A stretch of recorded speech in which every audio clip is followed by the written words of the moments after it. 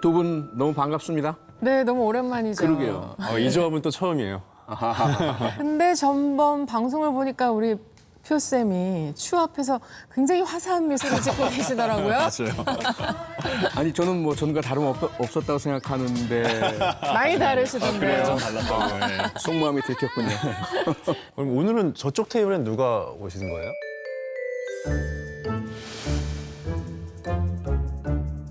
김혜영 배우님 반갑습니다. 어서 오세요. 안녕하십니까. 예. 네, 네. 아니 드라마 시작해서 엄청 바쁜 걸로 얘기 들었는데 이 프로그램 애청자라고요? 왜냐면 선생님도 나오시고 표정원 선생님도 제가 심리학을 좋아해요 또. 아, 또 맞아요. 보다 보니까 나도 나가고 싶다 이런 생각이 들어서 사실 김혜은 씨 저도 연기 여러 번 봤고요. 신들린 연기가 정말 압권이었다. 예, 그 생각이 듭니다. 네. 감사합니다 선생님. 네. 네. 자, 오늘은 좀 특별히 저희 방송을 보고 사연을 보내주신 분이 계시다고 합니다.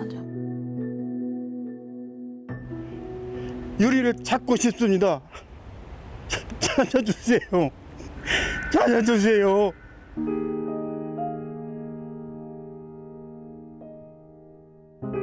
사실 찾고 있습니다. 좀 부탁 좀 드리겠습니다.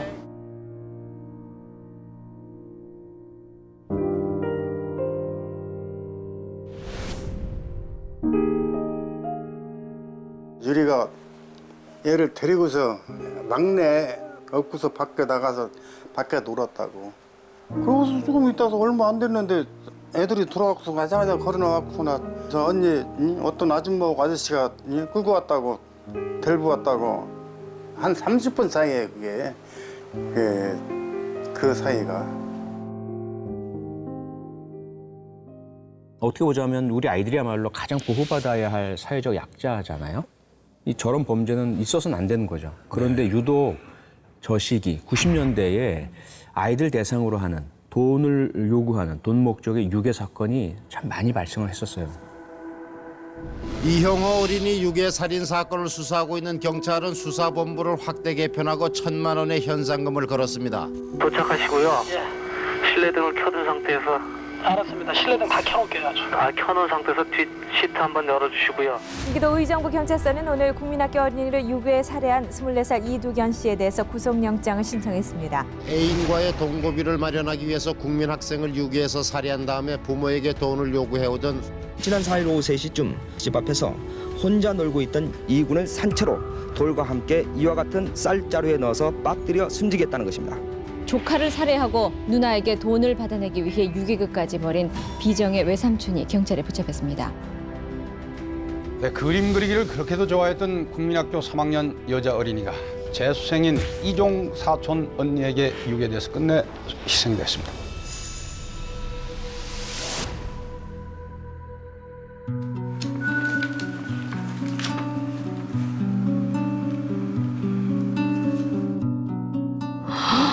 이제 백발의 노인이 되셨네요.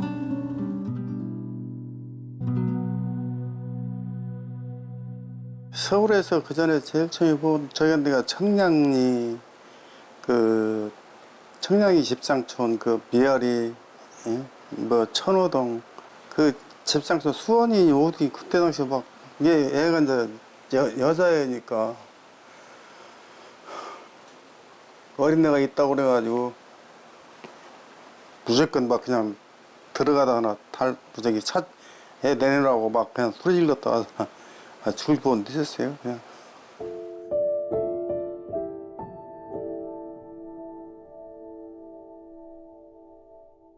유리야, 아빠가 너를 제일 보고 싶어 하고 엄마도 너를 보고 싶어 한다. 우리 식구들 다 함께 모여가지고 따뜻하게 밥 한 그릇이라도 먹고 싶은 게 그 아빠 심정이야.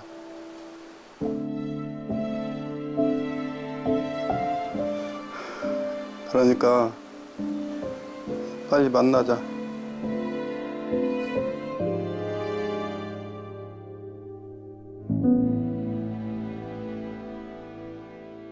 통계를 보니까 90년부터 94년 약 5년간 발생한 미성년자 약취 유인 사건만 850건이 넘습니다. 근데 그 90년대 왜 이렇게 아동 유괴 사건이 빈번했을까요? 90년대에 특히 이제 빈부격차가 막 벌어지기 시작하죠. 네네. 돈을 좀 필요로 하는 사람들이 가장 쉽게 거액을 얻을 수 있는 범죄적 방법, 그게 유괴였던 거죠. 아이를 데려가면 그 부모는 무엇이든지 내놓을 것이다. 일확천금의 꿈을 꾸던 범죄자들이 너나 할 거 없이 이제 이런 유괴 범죄에 뛰어들었던 것 같습니다. 그 중에서도 특별히 우리 국민들의 이목을 집중했던 사건이 있었습니다.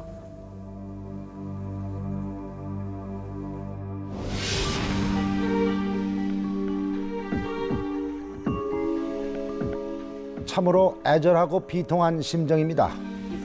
이 유괴된 것은 지난 30일 오후 2시쯤 영어학원 수업을 마치고 집으로 돌아오는 길이었습니다.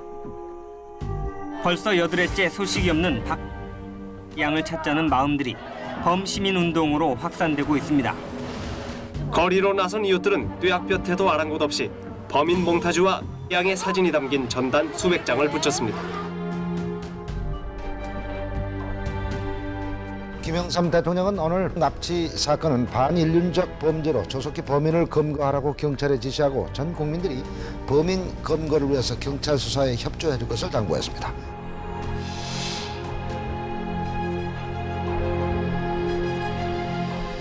이렇게 전 국민이 다 마음을 모으고 대통령까지 나설 정도면 굉장히 큰 사건이었네요. 97년도 저는 약간 어렴풋이 기억나긴 한데 저도 그때 고등학교 1학년 때쯤이었거든요. 그 막 저렇게 막 난리가 나고 정말로 전 국민적 캠페인처럼 났던 그런 사건이었던 걸로 기억을 하고 있습니다. 매일 밤 9시 뉴스에 계속 나왔던 기억이 나네요. 예.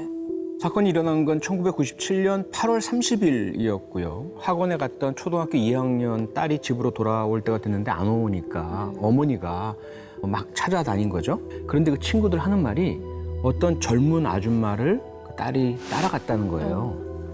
양이 유괴된 것은 지난 30일 오후 2시쯤 영어학원 수업을 마치고 집으로 돌아오는 길이었습니다.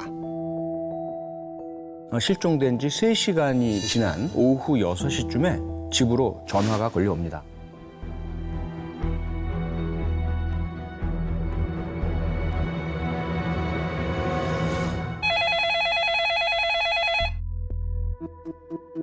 아이는 잘 있어요. 현금으로 2천만 원을 준비하세요.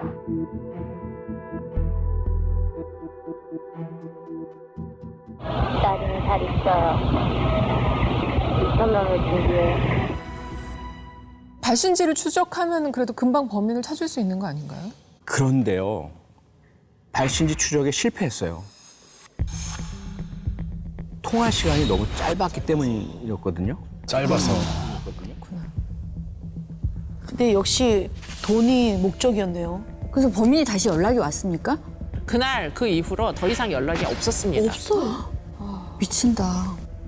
부모님들 그 연락 없는 동안에 어떻게 숨도 못 쉬었을 것 같아요. 다행히도 다음 날 오후 4시쯤에 다시 전화가 걸려옵니다. 와, 발신지 추적에는 일단은 성공했어요. 어디 있는지를. 장소는 명동의 한 은행 앞에 있는 공중전화였어요. 네네. 그동안 거기도 공중전화 계속 있겠어요? 그렇죠. 그래서 범인이 이미 자리를 뜬 상태였다고 알려지고 있죠.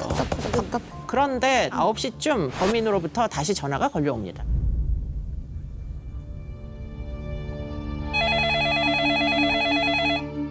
여보세요. 우리 살려주시고 제가 제발 다리하고 살겠어요. 잘 있어요. 설마 신고한 건 아니겠지? 2천만 원을 준비해. 돈이 들어있는 은행 카드를 가지고 명동 전철역 명동역에 내리면 건물 8층에 가서 기다려. 딴짓을해서 그 카드가 우리 손에 못 들어오면 그렇다면 못 보는 거지. 여보세요? 여보세요? 여보세요?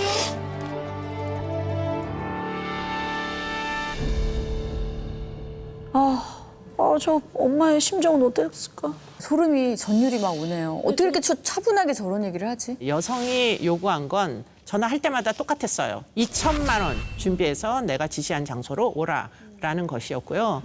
아이 안부를 물으니까 잘 있다.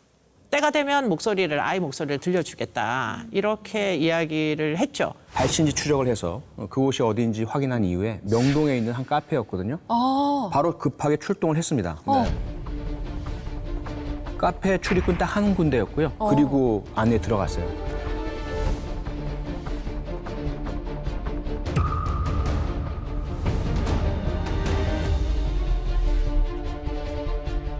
거기에 있던 사람들, 여성 12명, 남성 1명이었어요. 전화 통화는 그때까지도 하고 있었어요. 네, 끊겨지지 않은 상태였습니다. 그럼 범인이 그 안에 있었겠네요? 그러네. 바로 잡혔어요, 그럼? 네네. 그대로 철수할 수밖에 없었습니다. 아니, 어떻게 그렇게 될 수가 있어요? 일단은 그 안에서 전화를 걸었으니까 그 그러니까요. 안에 있는 누군가인 건 분명한 거잖아요. 경찰은 양해를 구하고 네네. 모두에게 검은 검색 신원 확인 다 했죠. 그런데 어떤 특별한 용의점은 발견하지 못했어요. 아, 그럼 그 뒤에 또 한 번 뭐 협박 전화라든가 그런 뭐 돈 달라는 전화가 또 오긴 왔나요? 그 이후로는 더 이상의 전화는 걸려오지 않았습니다. 아예 생사도 확인할 방법이 전혀 없게 되었던 거고요. 그렇게 범인으로부터 연락이 끊어지자 사건이 발생한 지 5일째 되던 날 경찰은 결국 공개 수사로 전환하게 됩니다. 서울에서 초등학교 2학년짜리 8살 어린이가 유괴된 사건이 일어나서 지금 경찰이 공개 수사를 벌이고 있습니다.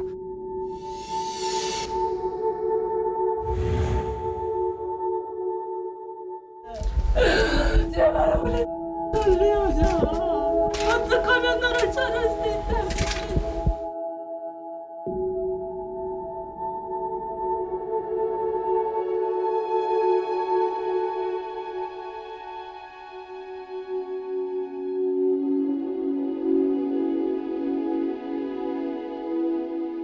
기다리다 못한 반 친구들은 거리로 몰려나가 고사리 같은 손으로 전단을 놀리며 시민들에게 양을 찾아달라고 호소했습니다. 이런 학생들의 열성에 지나가던 시민들도 진심 어린 관심을 보여주었습니다.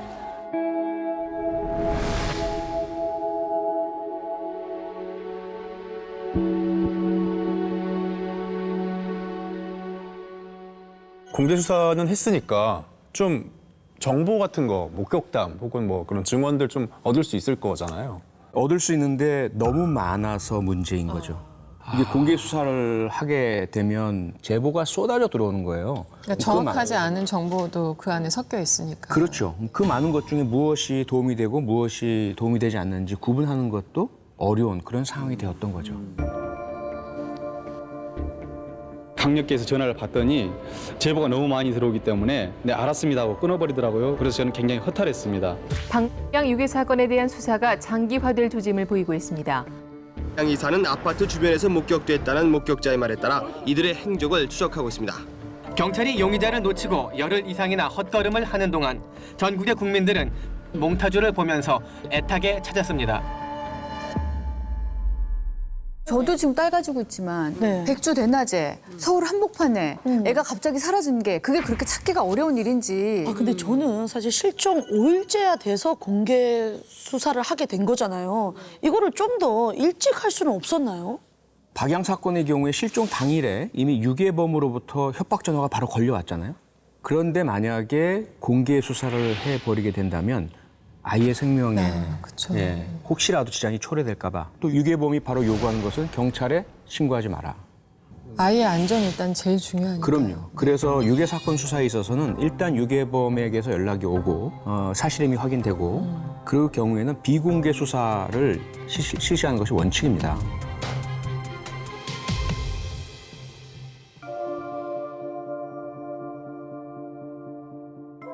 골든 타임이라는 게 있습니다. 그렇기 때문에 유괴 사건에 있어서? 네, 아동 유괴의 경우에 실종 직후에 3시간이 무지하게 중요하다.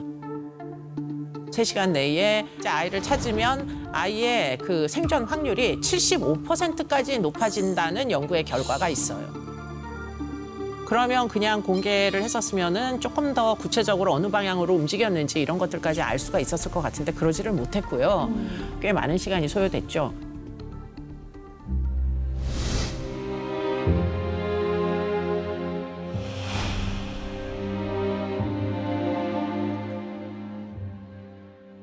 그런데 박양이 유괴된 지 13일째 되던 날 수사본부에 전화 한 통이 걸려옵니다.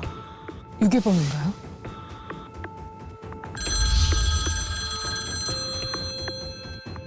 제 딸이 9월 1일 가출 후 집에 돌아오지 않고 있는데 아무래도 우리 딸이 사건과 관련이 있는 것 같습니다. 그게 무슨 말이죠? 딸이 유괴범인 것 같다라고 라고 지금 아버지가 예. 이제 제보를 하는 상황이 된 거죠. 네. 그래서 어떻게 됐느냐? 경찰은 행주산성에서 전화를 건 중년 남성을 만납니다. 네. 그리고 그곳에서 결정적인 진술을 확보합니다.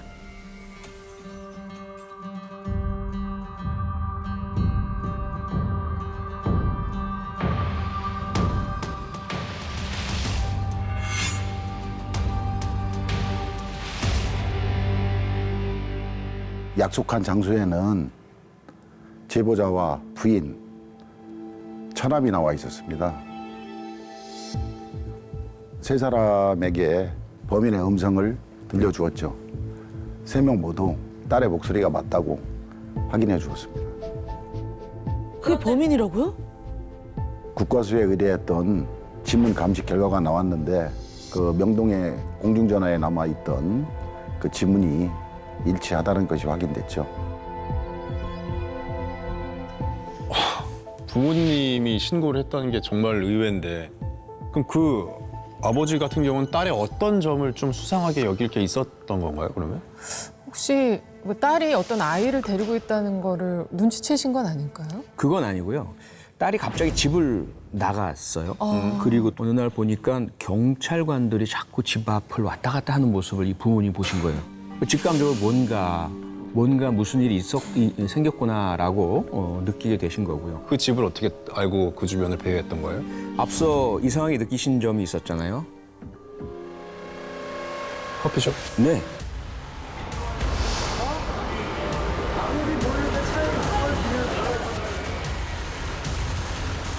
아. 12명의 여성과 1명의 남성이 있었는데 그 장소에서 인권 문제도 있고요. 다 연행할 수도 없고 특별한 어떤 정황도 없었잖아요. 하지만 그렇다고 해서 그냥 다 돌려보내 드릴 수는 없었죠. 경찰이 계속해서 따라다니면서 혹시라도 용의점이 있나를 확인을 하는 몰래 네, 그런 수사를 하고 있었던 것이었고요. 딱 잡진 않았지만 그래도 지켜는 보고 있었네요. 그렇죠. 근데 이 아버님도 진짜 대단하신 게 내 딸이 범인인 것 같다라는 느낌이 든다 하더라도 신고한다는 건 사실 쉬운 결심은 아니거든요. 그러니까 그 당시에 이 부모님도 무척 절망스러운 상태였던 것으로 추정이 되거든요. 나중에 이제 재판이 다 끝나고 난 다음에 범인 진술서에 따르면은 경찰에 신고하기 직전에 그 딸에게 자살을 권유하기도 했었다, 내 아버지가.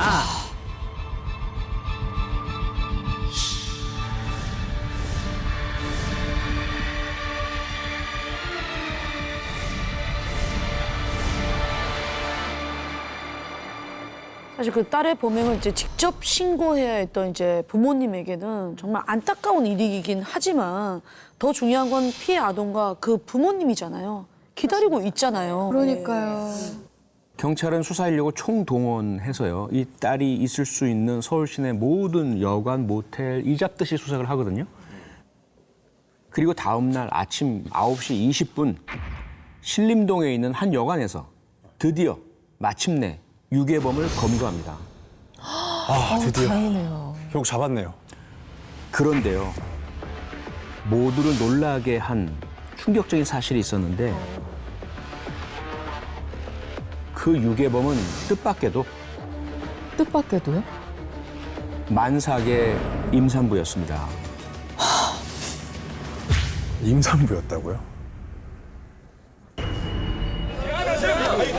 그만해 거기. 자 가만히 있어. 그렇지. 자 여기서 찍어 이제. 그만해.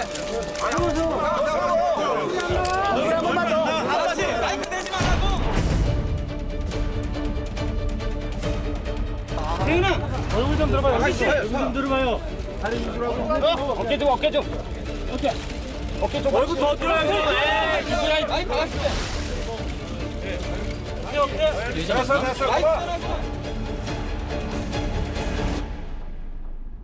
출산을 앞둔 그 산모가 아이를 납치를 한다고요? 저는 사실 상식적으로는 좀 이해가 안 되거든요. 본인 몸 가누기도 사실 힘들어요. 8개월이면. 그 납치된 아이는 같이 있었던 건가요?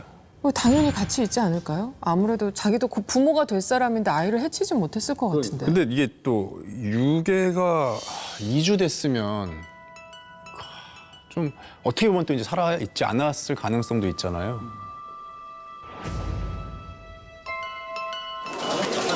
아니 근데 많은 관계자들 제발 이게 중요한 게 아니라 우리 있는 것을 해주세요. 제발 부탁합니다. 제발 저희 있는 그것을 좀 알아봐 주시죠. 물론 저는 확신이 기다리고 있습니다. 저희도 그렇게 하고 있으니까요. 있는 것을 좀 가르쳐 주세요.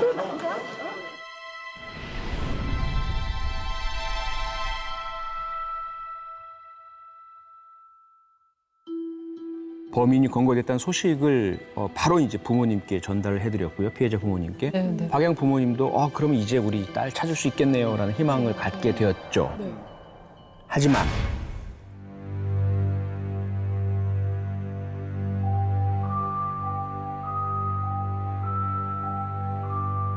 범인 전 씨를 검거한 여간에 아이는 없었습니다. 머리는 산발을 하고 세수도 하지 않고 아주 초췌한 모습이었었죠. 아이는 어디에 있는 건지 추궁한 끝에 결국 입을 열었죠. 서울 사당동의 한 건물 지하에 아이가 있다는 거예요.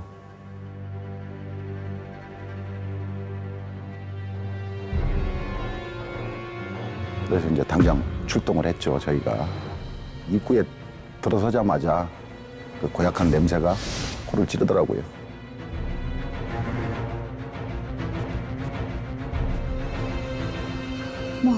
뭐야? 어떡해. 어떡해.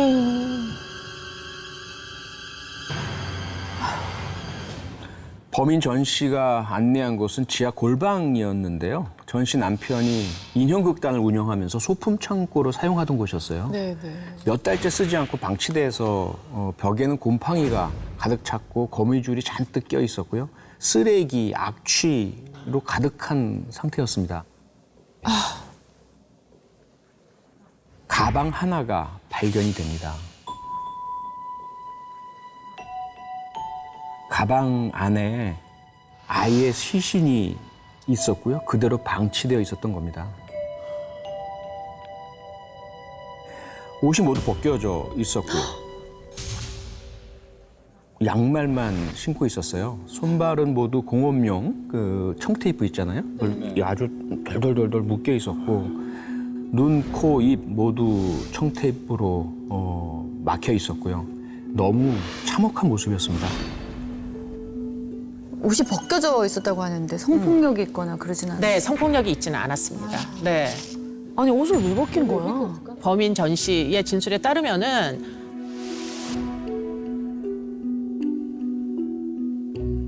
가방에다가 시신을 꾸겨서 집어넣으려고 하다 보니까 애 옷이 지퍼 같은데 이제 네, 걸기적거리고. 그렇죠. 그래서 찢어버렸다 이런 진술이었다고 합니다. 네. 이런 건 들으면 난 너무 악마 같아. 이게 옷이 걸리적거린다라는 이 표현 자체가 이게 사람으로 보지 않은 거예요. 그냥 물건 취급하듯이 그렇게 생각한 거잖아요.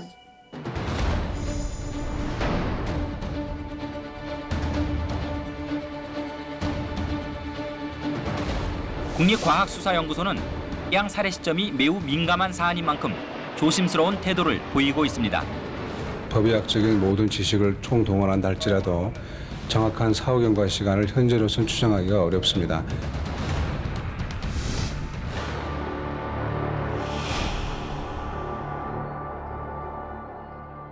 당시에 이제 그 지하실에는 아무것도 없는 빈 공간이었고 그 거의 한 가운데에 여행용 배낭 비슷한 긴 가방, 빨간색 가방에 정말 안타까운 죽음이 있었습니다. 그래서 이제 그걸 열어보니 비닐에 이렇게 쌓여져 있었고 시신은 많이 부패된 상태였습니다.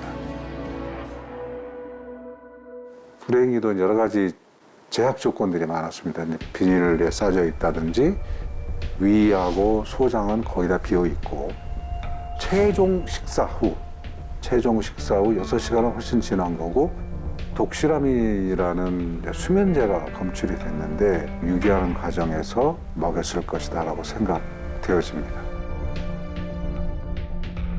납치한 그날 당일 사망했을 거라고 판단해서 말씀을 드렸습니다.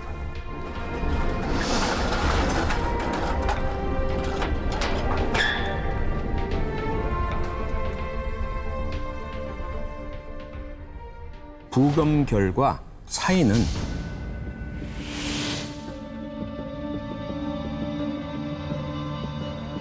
목졸림에 의한 질식사.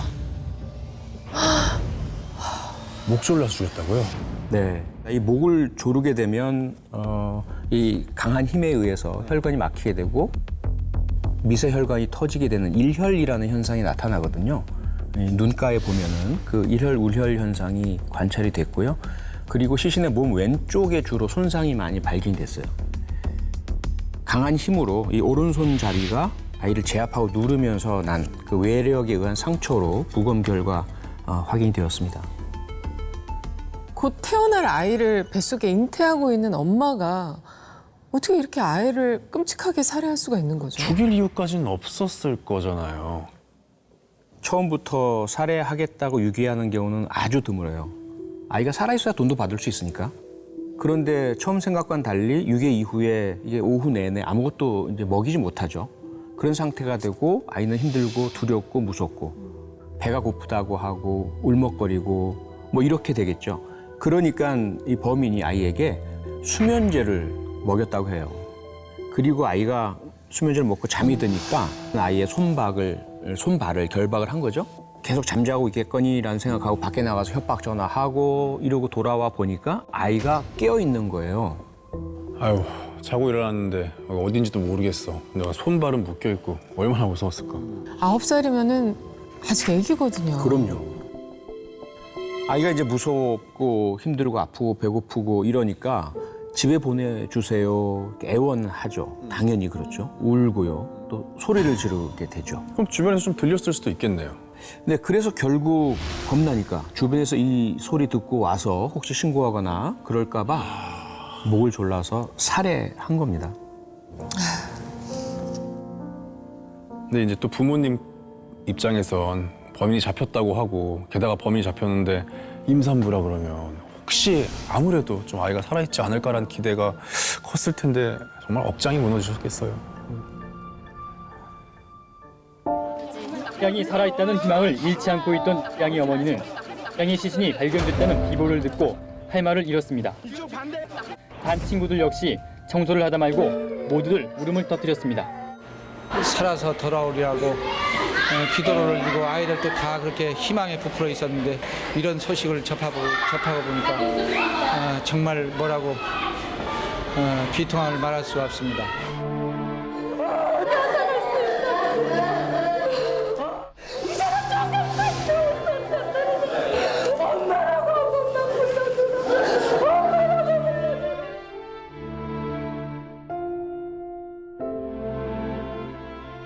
다시는 이런 고통받지 않는 아기 천사가 되어라. 제발 좀 그리시오.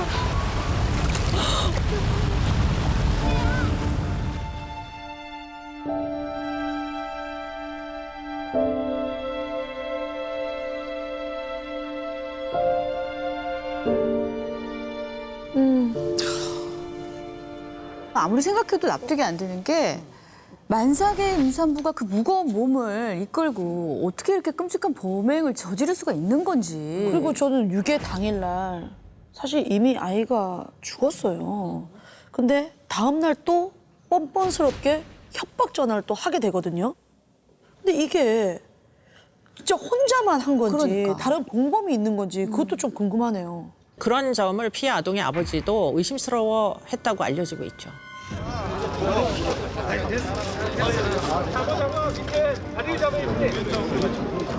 그 혼자 힘으로 죽은 그 얼마나 못 본데 사실은 조금 불가능한 것 같아요. 그렇죠. 20kg가 넘는답니다. 평균적으로. 저 말이 안 돼요. 초등학교 2학년이면.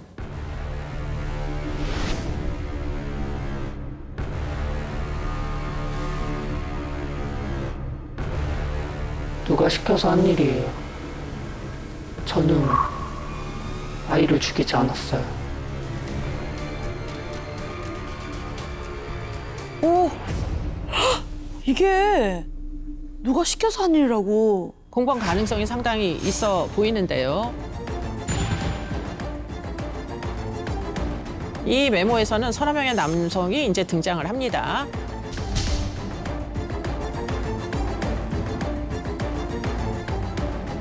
보는 사람들이 깜빡 속아 넘어갈 수밖에 없는 거죠.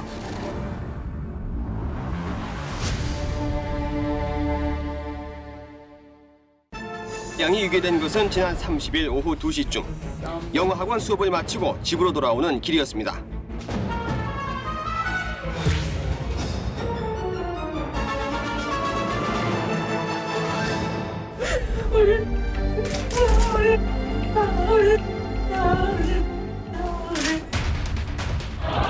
잘 있어요. 설마 신고한 건 아니겠지? 6,000명을 준비해. 그 유괴범은 뜻밖에도 만삭의 임산부였습니다.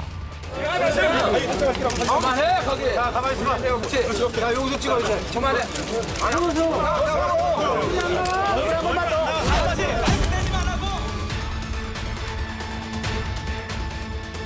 출산을 앞둔 그 산모가 아이를 납치를 한다고요? 공범 가능성이 상당히 있어 보이는데요. 네. 뭐 일단은 목격 진술이 있어요. 전 씨가 어떤 남자를 만나고 있는 걸 봤다라는 당시의 증언도 있기는 있었습니다. 이번 사건이 임신 8개월의 20대 여성이 혼자 저지른 범행으로 보기에는 석연치 않은 부분이 아주 많습니다. 공범이 있을 가능성이 많다는 지적도 있습니다. 전 씨의 진술과는 달리 사건 당일을 데려간 것은 여자 혼자가 아니었다는 것이 목격자들의 진술입니다. 어느 누나가요. 가 내려오는 걸 보고요. 어느 아저씨하고요. 자동차 타고요. 전 씨가 모 호텔 커피숍에서 다른 남자와 만나고 있는 광경을 목격했다고. 남자 여자 같이 와갖고 이제 뭐 시켜갖고 이제 마시다가 전화를 썼어요. 어머, 뭐 한둘이 아니네요, 목격자가. 전 씨가 수사 과정 중에 계속 공범의 가능성을 언급을 합니다. 그런데 수사기관은 그런 얘기를 신빙성이 있는 진술이라고 받아들이지는 않았던 것 같은데요. 네. 임신한 만삭의 여성이 무지하게 몸이 무겁잖아요. 저는 임신 8개월을 2번 경험해 봤는데 네. 두 번째는 더더욱 움직일 수가 없더라고요. 배에 깔려 죽는 느낌 이런 게 있어요. 맞아요. 20kg도 넘는 이런 아이를 감히 납치에다가 내 마음대로 걔를 갖다가 어떻게 해보겠다 이런 생각조차 머릿속에 들지가 않아요. 공범에 대한 목격 진술이 무지하게 많은데 그런데 이 범인을 검거하고 단 하루 만에 단독 범행이다 이렇게 결론을 아주 쉽게 내린 거. 너무 빨리 내렸네요.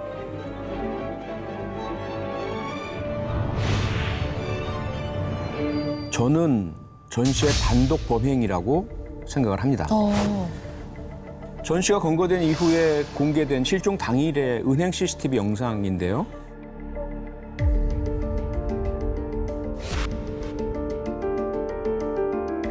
전 씨가 돈을 인출하는 동안 옆에 있는 박양 모습 보이시죠? 네.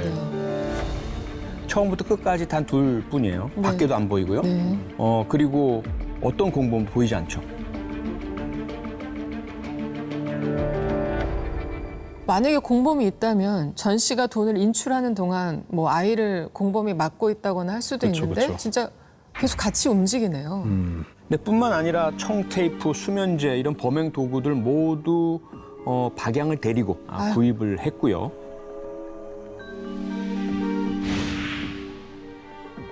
메모가 있었는데 여관에서 발견된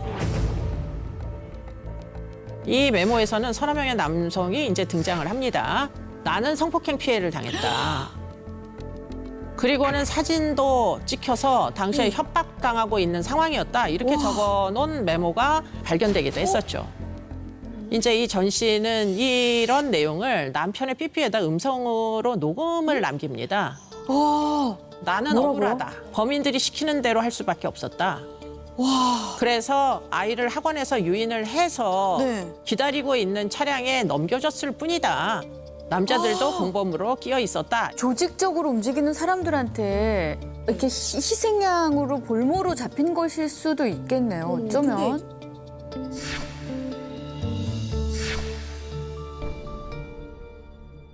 이 메모에 서너 명의 남성이 등장하잖아요. 네네.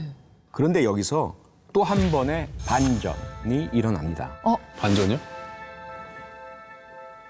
이 내용 왠지 어디서 들어본 것 같지 않습니까?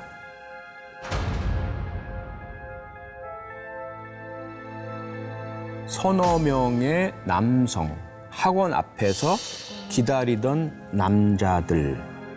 어느 아저씨하고요, 자동차 타고요, 갔어요, 어디로. 양이 집 근처 상가 지하에서 멜빵 청바지를 입은 여자와 회색 양복을 입은 남자의 손을 잡고 나와 주차장에 세워져 있던 진녹색 크레도스에 탔다고 말함에 따라 차적조회 작업을 벌이고 있습니다. 당시 신문, 방송 여기저기에 그 목격담으로 거의 도배가 되다시피 했어요. 그 뉴스를 도피 중이던 전현주, 이 범인도 본 거죠. 언론을 통해서 경찰이 그 목격담에 관심을 갖고 있고 사람들이 다 그것을 믿고 있구나라는 걸 알고 있었던 전현주. 어떻게 했을까요? 설마 거기에 맞춰서 진술을 한 거예요? 맞습니다. 결국 그 목격담에 맞춰서 본인이 직접 그 공범 시나리오를 쓴 거죠. 대단하다. 그럼 아까 그 여관방에서 발견됐던 메모도 그냥 본인이 경찰한테 그냥 상황을 만든 거네요? 저는 그렇다고 생각을 해요. 그런데 그 시나리오가 그렇게 치밀하지는 못했어요.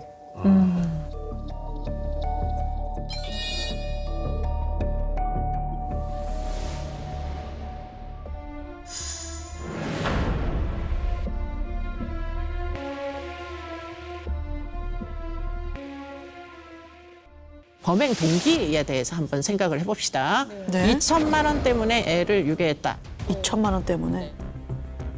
그런데 흥미로운 것은 전 씨의 아버지는 재산 공개 대상이 될 정도로 고위직에 있는 공무원이었대요, 당시에. 미국 유학까지 다녀온 여성이었어요. 그 당시에 유학을 갔다 왔다고 하면 굉장히 부유한 겁니다. 예, 어디 뭐 해외여행 가고 뭐 이렇게 자주 가고 뭐 이럴 때가 아니거든요. 근데 이렇게 부유한 집에서 자라왔고, 근데 이분이 왜 이런 짓을 저질렀을까요?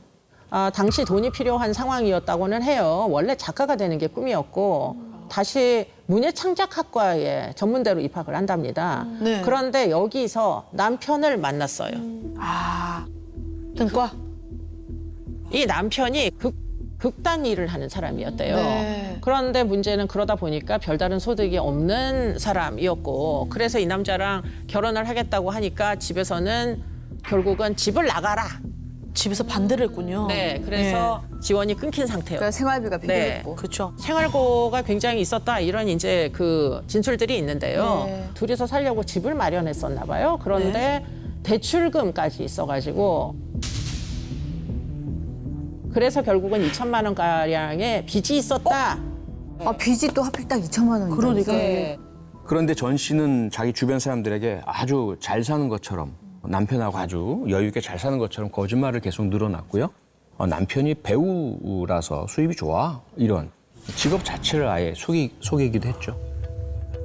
약간 좀 그 범인 전 씨가 허영심 같은 게 조금 있었나 봐요. 그러네요. 주변에 본인의 어려움을 전혀 알리고 싶지 않았나 봐요. 근데 알고 보니까 전 씨의 이런 행동에는 이유가 있었습니다.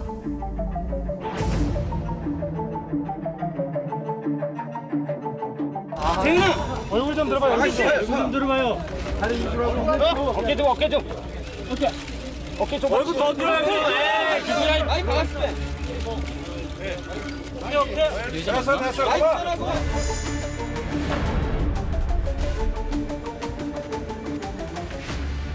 공범 여부를 우리가 의심했지 않습니까? 네. 검거됐을 때 전 씨 스스로 누가 시켜서 한 일이다, 협박받아서 했다, 어쩔 수 없었다 이렇게 주장하기도 했고요. 그때 저 모습을 봤다고 한번 생각을 해보세요. 마치 진짜 누군가로부터 협박을 당해서 어쩔 수 없이 그런 일을 저질렀다라고 생각할 수도 있을 맞아요. 것 같아요. 근데 보는 사람들이 깜빡 속아 넘어갈 수밖에 없는 거죠. 그쵸. 이런 모습에. 네. 전 씨의 남편 최 씨조차 끝까지 그녀의 범행을 믿지 못하고 현실을 부정했습니다.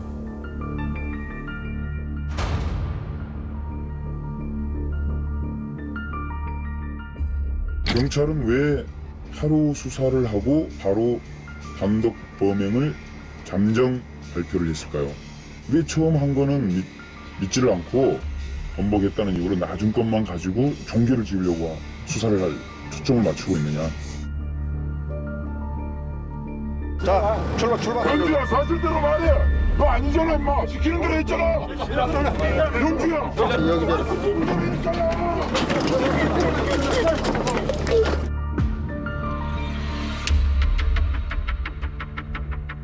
남편은 끝까지 아내를 믿네요. 검찰은 전현주가 주변의 관심을 모으기 위해 자신이 시나리오를 쓰고 주인공으로 등장해 상황을 꾸며가는 연극성 인격장애라는 정신질환에 걸려서 이 같은 연극을 연출하고 있다고 분석하고 있습니다. 하실 말씀 없으십니까? 죄송해요. 예? 죄송해요. 정말 혼자 하셨습니까? 용의자 전 씨는 검찰에 송치되기 직전 공범 여부를 묻는 기자들의 질문에 대답을 회피하다 끝내 실신하고 말았습니다. 연극적 성격장애요? 다른 사람들의 관심이나 주의를 끌고 싶어서 그렇게 하기 위해서 마치 자신이 무대 위의 주인공인 것처럼 연극하듯 행동하는 그런 성격장애란 말이에요. 그러다 보면 거짓말을 할 수밖에 없잖아요. 거짓말에 거짓말을 반복할 수밖에 없다 보니까 본인 스스로도 자기가 하는 게 거짓말인지 잊어버릴 정도가 되는 거죠. 그런데 문제는 연극성 성격장애가 이게 사실은 정신과에서 잘 이런 그 성격장애 진단을 90년대에는 안 했었어요. 네. 90년대 그죠? 그렇죠. 그 장애 진단도 저는 굉장히 신뢰하기가 어려운데 네. 결국은 정신감정을 새로 받습니다. 어떻게 나왔나요? 그래서 정밀감정까지를 다 했는데 네. 권 씨는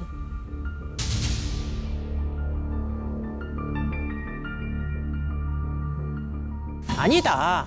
연극성 성격장애가. 아니다? 네.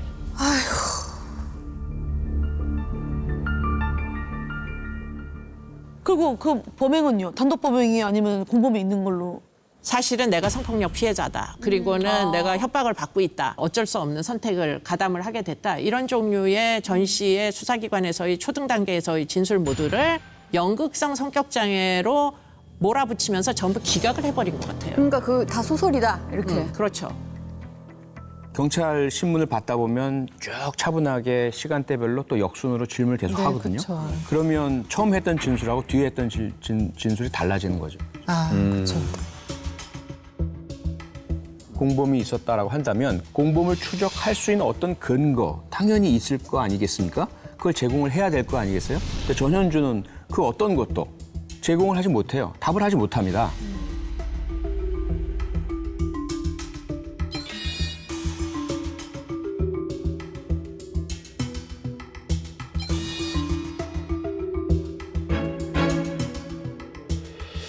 전 씨 이전에도 아주 유사한 유괴 사건이 또 있었어요. 네. 1990년 서울에서 있었던 일인데요. 유치원생 곽양이 감쪽같이 사라져버린 겁니다.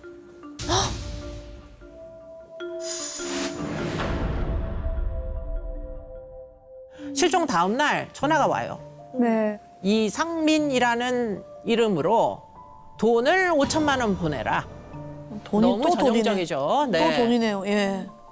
그래서 어떻게 됐느냐, 5천만 원 보내라고 했으니까 일단은 2,500만 원을 그 알려준 계좌로 송금을 해놓고 현장에서 범인이 나타났어요. 손을 찾으러. 검거했습니다. 그런데 뜻밖에도 그 범인은 아주 왜소한 체격의 젊은 여성이었어요. 이번에도요?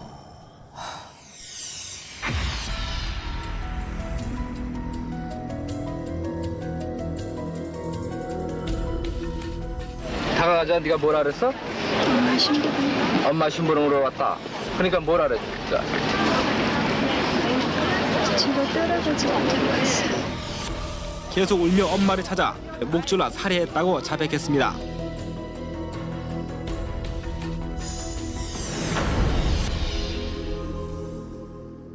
사실은 저 범인 홍순영은 제가 알던 사람이에요. 제 친구의 친구였는데 그를 아는 주변 누구나 다 정말 소위 말해서 개미 새끼 한 마리 못 죽일 뭐 이렇게들 다 알고 있었어요. 네. 이 홍순영은 서울에 있는 유명 모 여대를 졸업하고 KBS 기자로 여기에 기자로 일하고 있었다고요? 그런데 그게 다 철저한 거짓말이었던 거죠. 대학 입시부터 거짓말이었어요. 실패했습니다. 어머. 떨어졌습니다. 어머. 친구들은 다 합격했는데 자신만 떨어졌다는 것을 밝히고 싶지 않았고 부모님에게도 합격했다고 거짓말을 해요. 그리고는 가짜 입학 증명서 만들고요. 가짜 학생증 만들고요. 4년 동안 수업을 또 들었답니다. 가짜 대학생이었어요.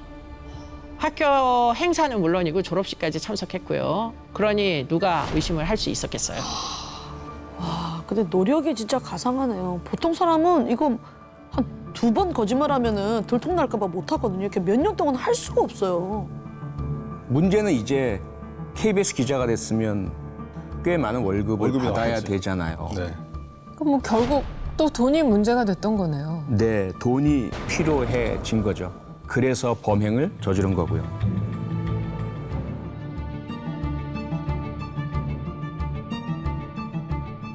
그동안 사형이 확정돼 복역 중이던 흉악범 9명에 대한 사형이 오늘 집행됐습니다.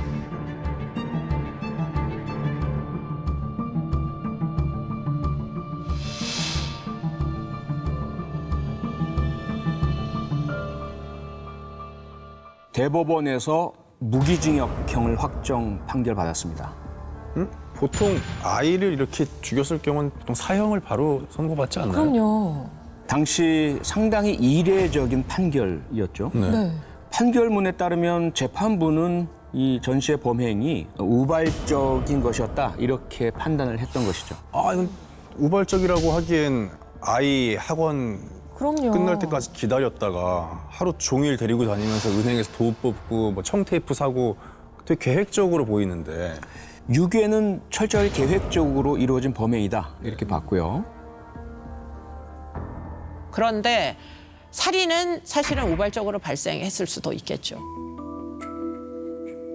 아동 유괴는 생각보다 굉장히 어렵습니다. 아동의 행동을 예측할 수가 없어요. 그치, 가만히 있질 않고. 그렇죠. 아이들은 예측할 수 없게. 가만히서도 울고 그렇죠. 떼쓰고 막. 네. 예. 경찰이 이제 주장했던 거는 예상하지 못하는 상황이 전개되어 가지고 결국 우발적으로? 목을 졸라서 살해하게 된 거 아니냐 이런 주장이었던 거죠. 저는 근데 이 아동 유괴 사건에 좀 궁금한 게 전 약간 이해도 안 되면서 좀 궁금한 게 하나 있는데요. 아이가 그렇게 순수하게 처음 보는 사람을 쫓아가는 경우가 이렇게 쉬울까라는 생각이 들거든요, 사실은.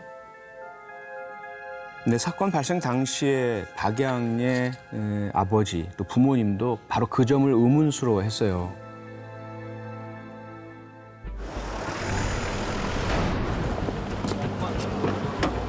그 여자를 순순히 따라갈 리가 없어요. 솔직히 좀 안다 하더라도 부모가 기다리는데 항상 조금만 늦어도 태우러 오라고 자기가 학원에 있으니까 태우러 오라고 그렇게 말을 하는데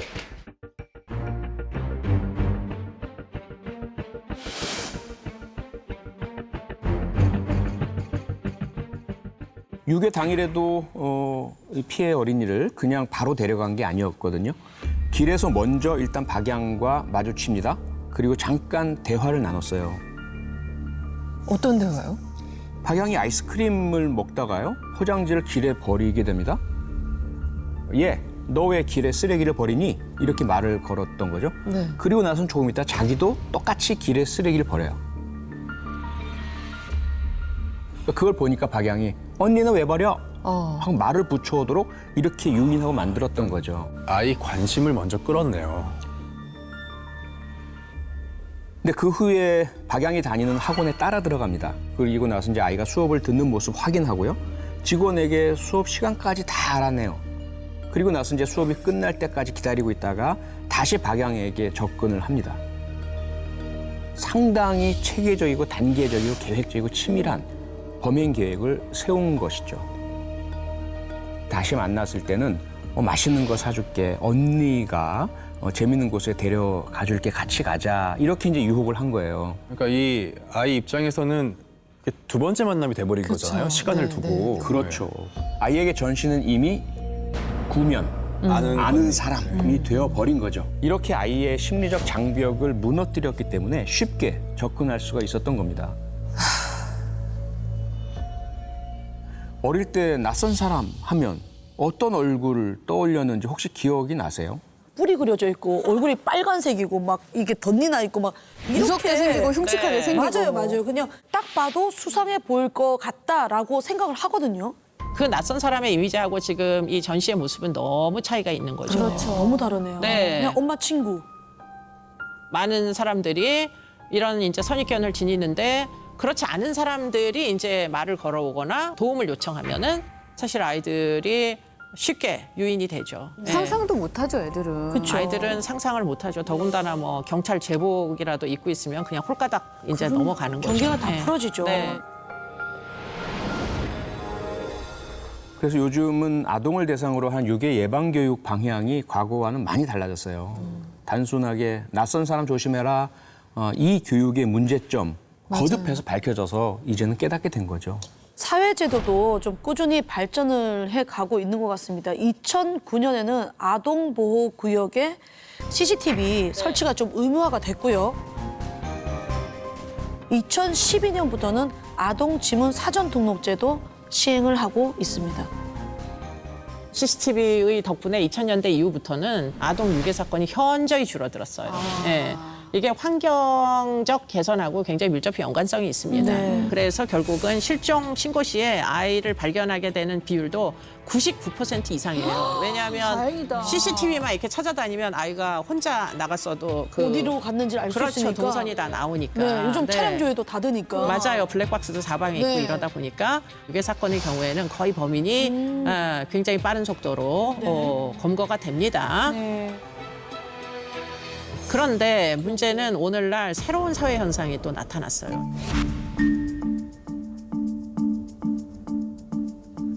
이게 아동을 대상으로 하는 신종범죄입니다. 현실 오프라인에서는 안 되니까 이제 온라인에서 유인하는 겁니다. 아동 청소년을 표적으로 한 디지털 성범죄. 신분을 쌓아 길들이는 이른바 그루밍 수법을 많이 씁니다. 작년에 이런 사건이 있었어요. 초등학교 여학생이 어느 날 채팅 어플에서 메시지를 봤는데 상대가 자신이 30대 남성이라고 이야기를 합니다. 아이는 남자에게 별 생각 없이 SNS 아이디 알려줬고요. 그 뒤로 남자가 수시로 메시지를 보냈다고 해요. 처음에는 모닝콜을 하듯이 학교 가야지 공준이 막 이러면서 깨워주겠다고요. 소름 끼쳐. 친절하게 오늘 기분이 어땠니? 이렇게도 물어봤다고 해요. 아니 근데 이게 야, 이건 진짜 허점을 찌르는 거예요. 우리는 들으면 바로 소름 끼치잖아요. 근데 이 아이들이 느끼기에는 이게 약간 친근하게, 아니 따뜻하게 받아들일 수 있죠. 그런 자기 건가요? 안부를 물어주니까. 이상한 걸 못 느끼는 거예요? 집안 형편이 아주 어려웠고요. 부모님도 안 계신 아이였어요. 그러다 보니까 아이 입장에서는 마치 자기의 부모가 생긴 것 같은. 어느 정도 친해지고 나니까 남자가 아이에게 얼굴 한번 보여달라고 끈질기게 요청을 합니다. 제발 아니었으면 좋겠는데. 결국 남자를 만나게 된 아이. 2달 동안 여러 차례에 걸쳐서 성폭행을 당합니다. 아까 몇 살이라고 했어? 왜 어떻게 이 아이를 대상으로 어떻게 이런 생각을 할 수 있는 거죠? 어쨌든 그 남자가 자기한테 나쁜 짓을 하고 있다는 걸 아이가 인지를 못한 건가요? 성폭행을 할 때마다 이 남자가요. 그 대가로 아이에게 좋아하는 걸 줬대요. 딸기 우유, 과자. 또는 용돈을 주기도 하고요. 아이는 오히려 이 남자한테 미안하다는 생각을 한 거죠. 자기에게 잘해줬는데 자기 때문에 혹시 무슨 일 당할까 봐. 아이가 이야기를 했어요. 어떤 일이 있었는지. 그러니까 경찰은 남성을 추적해서 검거를 했습니다. 그런데 이 아저씨 아까 30대 남자다. 네네. 예, 그렇게 얘기했잖아요. 네. 검거하고 보니까 이 아저씨가 30대가 아니라 50대 아저씨였어. 더군다나 더 이 천인 공로할 그 주장을 하는데요. 그 초등학생이 자발적으로 날 사랑해서 합의하에 성관계를 가졌다. 이렇게 주장을 했다는 겁니다. 진짜 기가 차서 말도 안 나오고 정말 말하고 싶지도 않고. 진짜 악마예요. 어떻게 이런 사람들은 어떻게 해야 쓰레기 될까요? 악마야 진짜. 여가부에 따르면 아동성 폭력을 네. 목적으로 이루어지는 랜덤 채팅 애플리케이션이 거의 300개가 넘는다고 알려져 있어요. 엄청나게 많네요. 네, 그 이제 소위 아동에 대한 성착취 사건의 피해자를 분석을 해봤더니 거의 대부분 초등학교 연령대, 중학교 때 연령대랍니다. 그러니까 온라인 공간 같은 경우는 뭐 보호자가 있는 것도 아니고 CCTV 같은 게 지켜보고 있는 것도 아니니까 막 증거가 남는 것도 아니잖아요. 그러니까 진짜 아이 혼자서 살고 있는 세상인데 이런 위험에서는 아이를 좀 어떻게 보호를 해야 되는지. 어린이에게 우리가 아무리 교육을 잘 시켜도 이 낯선 사람의 경계를 허물 수 있는 방법은 너무 많고요. 맞아요. 모르는 사람이 내 정보를 알려달라고 요구하거나 만나자고 하면 반드시 보호자에게 알려야 한다. 그래서 만약에 너에게 무슨 일이 생기면 나는 무조건 너의 편이야. 라는 그 인식을 서로 공유하는 게 가장 중요해요. 금년도 9월부터는 경찰이 온라인에서 잠입수사 아동인 척하고 경찰이 신분을 밝히지 않고 범죄자에게 이제 증거와 자료들을 수집할 수 있게 이렇게 법률이 개정이 되고 있고요. 미성년자 아이들을 그루밍하는 거 온라인 유인죄도 아동청소년 성보호법에 새로운 죄명으로 편입이 됐습니다. 체인 오브 프로텍션이란 말이 생겨요. 보호의 연결고리.